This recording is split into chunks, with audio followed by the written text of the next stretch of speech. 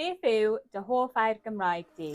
Y hoff air Gymraeg i yw chwyrlu gwgan, sy'n golygu whirlwind. So my favourite Welsh, well, I'm of the same really, is bobl back.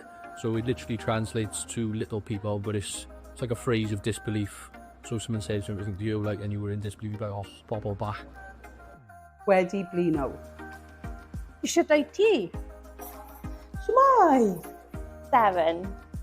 Coffi caffi. Diolch yn fawr. Bore da. Pysgod wibbly wobbly. Cariad. Pili pala. Longyfforchiadau. Nosto. My favourite Welsh word is cwtches, as I love to give my friends and family lots of cwtches.